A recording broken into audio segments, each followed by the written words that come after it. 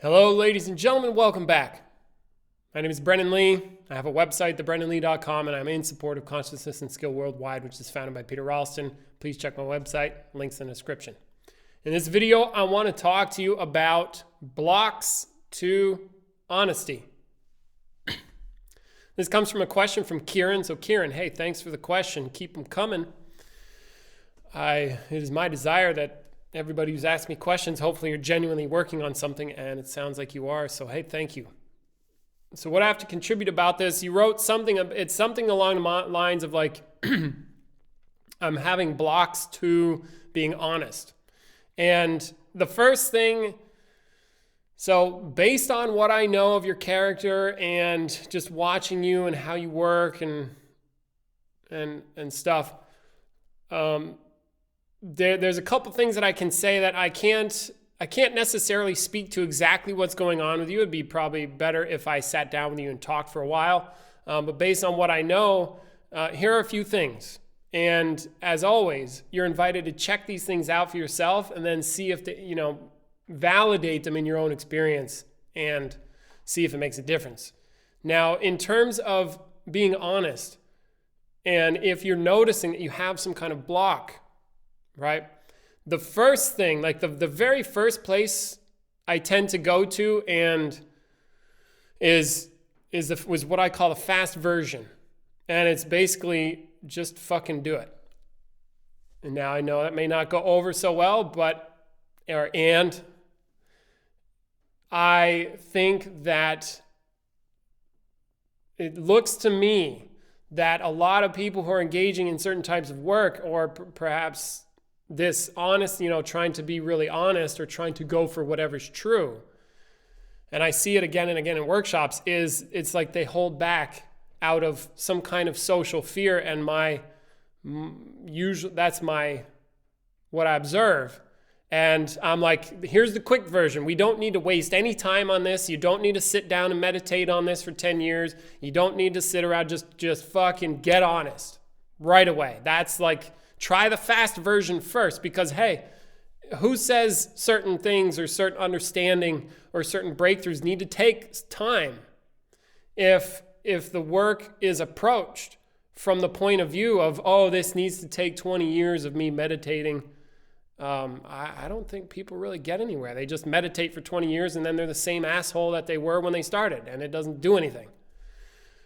See, so if you have a block in being honest, drop it, get honest right away.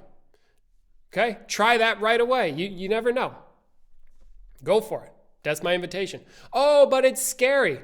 Don't fucking care. Go for it anyway. Oh, but I might look bad. Who says you have to care about looking bad? Oh, I might offend somebody. Yeah, you might. Is that a problem? Fuck it. Now, you see, I can say that, and I also have genuine experience of being like, well, I don't know. I don't want to step on anybody's toes, or I don't want to, here's a good one. I don't want to not be likable. I want to be a likable guy. And that can hold me back, you see. Fuck. So then you might want to consider, well, what's your commitment to? Are you actually committed to being honest? Or are you committed to your own comfort? Are you committed to being honest, or are you committed to, oh, I need to look good? Or okay, so got that? You got the spirit of the fast version? It's like Nike. They say it best. Just do it. Shut the fuck up and do it. Go for it. Jump. Take a leap. Whatever. You got that? You got that spirit? And this is not meant to be demeaning. It's meant to be very straight and don't waste any time. You see, I'm trying to save you some time. Now, that may not work. Or you might try something and then you still run into a block, like something internal that you can't seem to shake, perhaps. Then now you may need to get into some contemplative work on the matter. Now, I don't know exactly what you have going on, you see, but so you may run into something.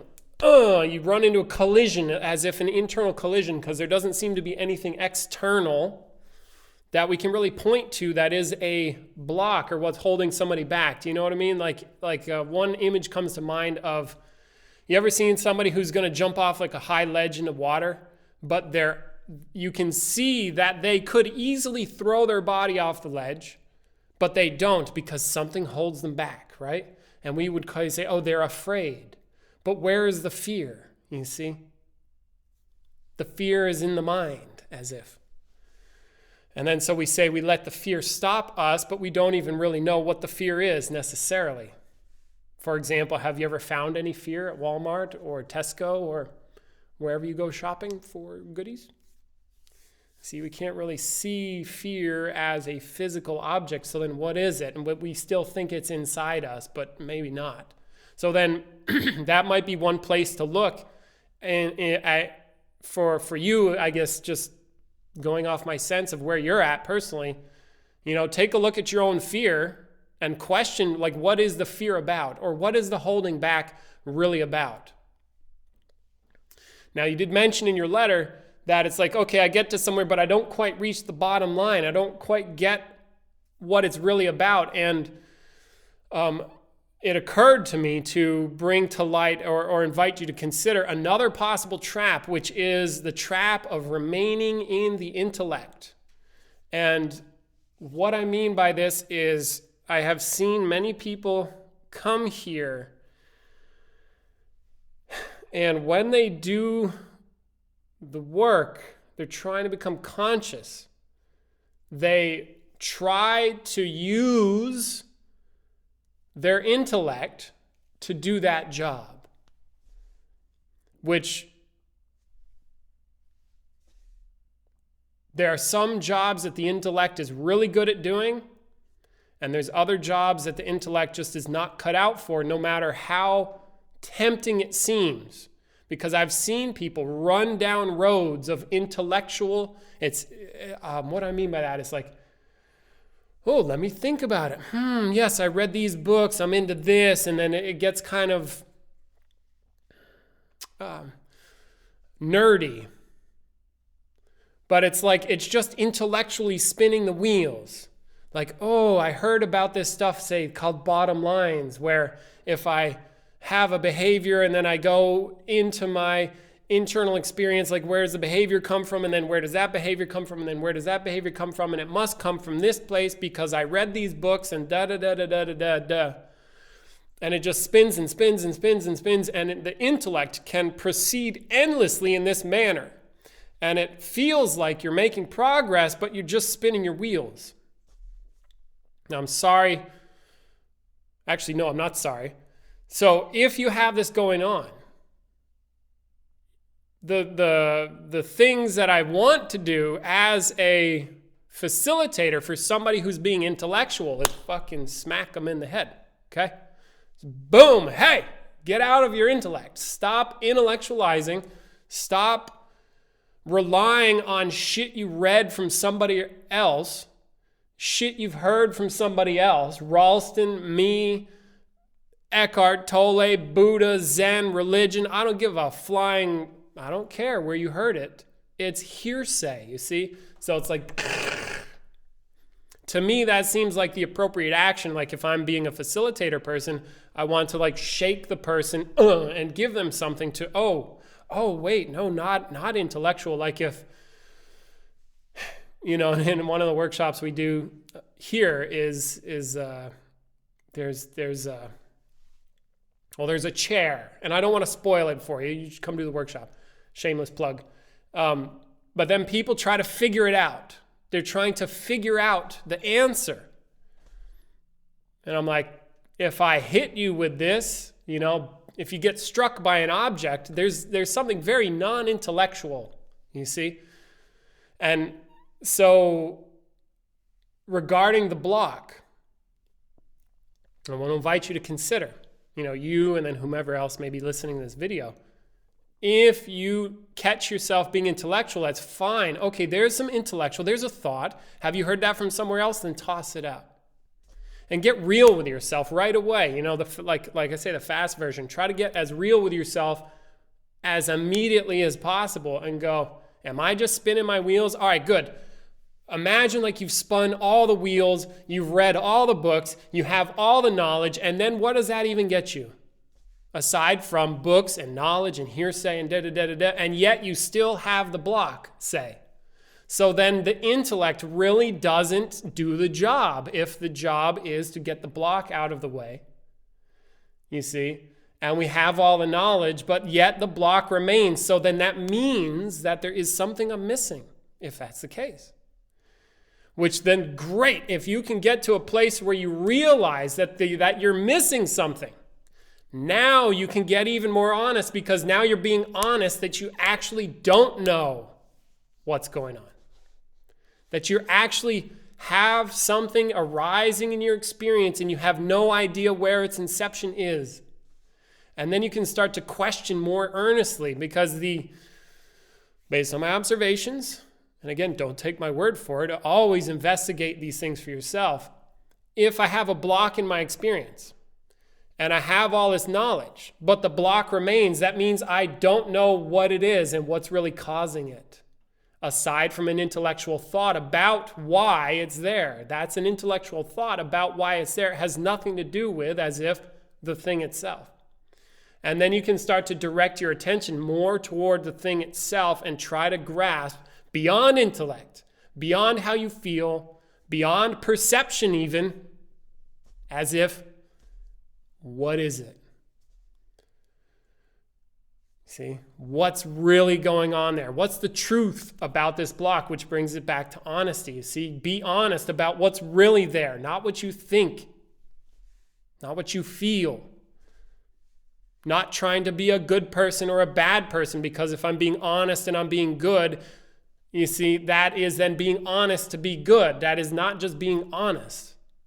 That's being honest to do something or to like puff up my image. Or if I'm dishonest and it's bad, you see, you'll miss, as Muhammad Ali says, you'll miss it, man.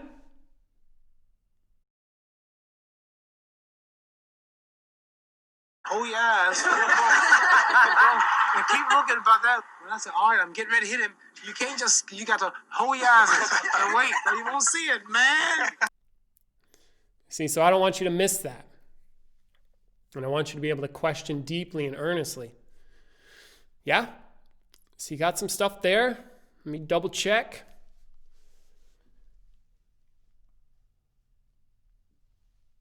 Now, another aspect of this honesty business, because as I've watched some of my previous videos, I wanted to add this, I thought it would be a contribution, is being honest in different areas and at different levels. So it's like I can be honest about what's on the surface of things. I can be honest and tell you, like if I'm using honesty as a principle and it reveals like here's what I'm thinking and I tell you what I'm thinking. That's one thing, because I could have this thought, I could have that thought, and you could have pretty much any thought you want, both good and bad, weird, sideways, awesome, shitty, dark, fucked up, wonderful, beautiful, loving, whatever. You can think all those things. And you could be honest about what you're thinking, but then you could also be honest about where the thoughts come from. And you could be honest about what you feel, and you could also be honest about where your feelings really come from. And you could also be honest about what feelings really are. And you could be honest about perceptions, like what you perceive, but then you could also be honest about the nature of perception itself. And when I try to be honest about the nature of perception, that sort of gives me pause. Because then I start going, well, what is perception? If I'm going to be honest about it, I need to know what it is, don't I? So if you have a block going on, bringing it back to your block, you might have an experience, but do you even know how that experience is constructed? And can you be honest about that? Now we've got a challenge. Can you be honest about it aside from all the crap that you've heard, which as human beings, we've heard a lot of crap, and there is a lot of crap out there. Then can you be honest about what a block really is? Such that you get so honest, you realize its nature, and then you can either have the block be there or not. So that'd be a different level of honesty now, wouldn't it? You see, so I wanted to open you up to these possibilities of as if different levels of honesty and different perhaps contexts in which honesty can show up that is not relegated to just what I think and just what I feel. Can you be honest about the absolute nature of reality and like tell me what that is? For sure. See, what? Then the mind goes, huh? And then if you notice, if you take a look, intellect can't do that. Not even your feelings can do that. Not even perception itself can do that. And yet, you could become conscious. That I know for sure. And not just intellectually either. Yeah, Brennan, well, you're just intellectual. No, don't need to do that. Okay? So let me check one more time, and I might wrap this up. So yeah, just in closing, about this whole force to lie or this force to be good or whatever, whatever this force is that blocks you from being honest, I would invite you, it's like, if that building is on fire and you don't want to go in there, jump in. And maybe once you get inside, you realize it's not actually on fire. But that's on you, 100%. I support you. Okay? So if you have any questions, email me. This is Brennan Lee with thebrennanlee.com. Please, bam, if you want to get a little bit serious, I have a free course. You want to get more serious, hey, pay me to do some shit with you. You want to get really serious, come to a workshop or an apprenticeship program. There's levels of seriousness, so please check the links in the description. This is Brennan Lee with thebrennanlee.com, in support of consciousness and skill worldwide, which is founded by Peter Ralston. Till next time, catch you later. Kieran, thank you.